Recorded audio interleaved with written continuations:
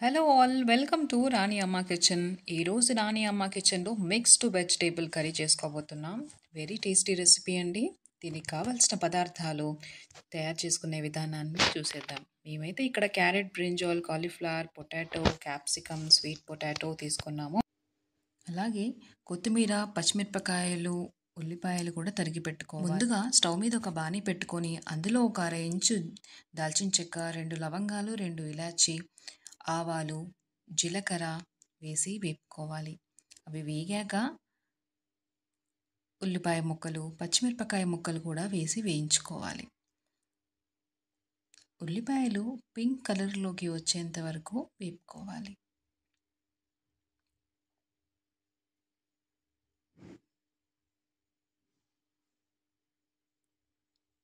ఇప్పుడు అందులో అర టీ స్పూన్ పసుపు, 1 టేబుల్ స్పూన్ అల్లం వెల్లుల్లిపాయ పేస్ట్ వేసి అల్లం పచ్చివాసన పోయేంత వరకు వేపుకోవాలి.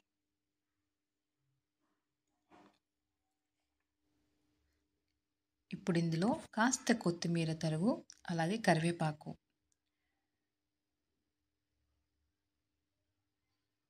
అలాగే మనం ముందుగా కట్ చేసి పెట్టుకున్న అన్ని కూరగాయ ముక్కలు కూడా వేసేసుకోవాలి. మీరు ఇవే కాకుండా ఇంకేవైనా కూరగాయ ముక్కలు కూడా యాడ్ చేయాలంటే యాడ్ చేసుకోవచ్చు.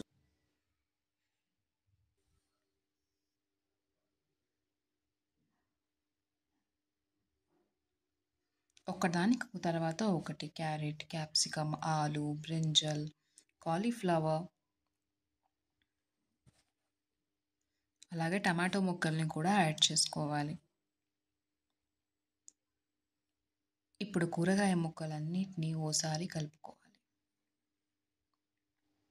ఇప్పుడు ఇందులో 1 టేబుల్ స్పూన్ కారం, 1 టేబుల్ స్పూన్ ధనియా పొడి, అలాగే రుచికి సరిపడా ఉప్పు, 1 టీ స్పూన్ జీరా పౌడర్,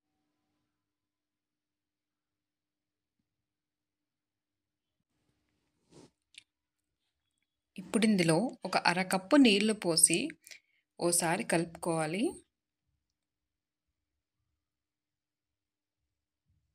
ఇలా కలుపుకున్న తర్వాత కుక్కర్ విజిల్ పెట్టేసి 2 విజిల్స్ అండి, 2 విజిల్స్ వచ్చేంత వరకు పెట్టుకోవాలి.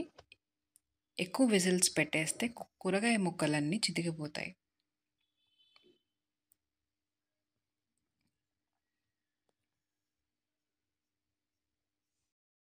ఇప్పుడు 2 విజిల్స్ తర్వాత స్టవ్ ఆఫ్ చేసుకున్న తర్వాత ఒక 5 నిమిషాలు కుక్కర్ని అలానే వదిలేస్తే కుక్కర్ విజిల్ అంతా వదులుతుంది.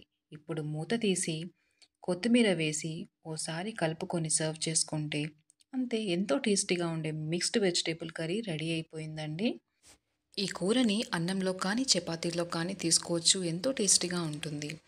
మరిన్ని టేస్టీ రెసిపీస్ కోసం రాణి అమ్మ ఛానల్ని సబ్స్క్రైబ్ చేయండి, లైక్ చేయండి, షేర్ చేయండి, అలాగే కమెంట్ చేయండి. Thank you all.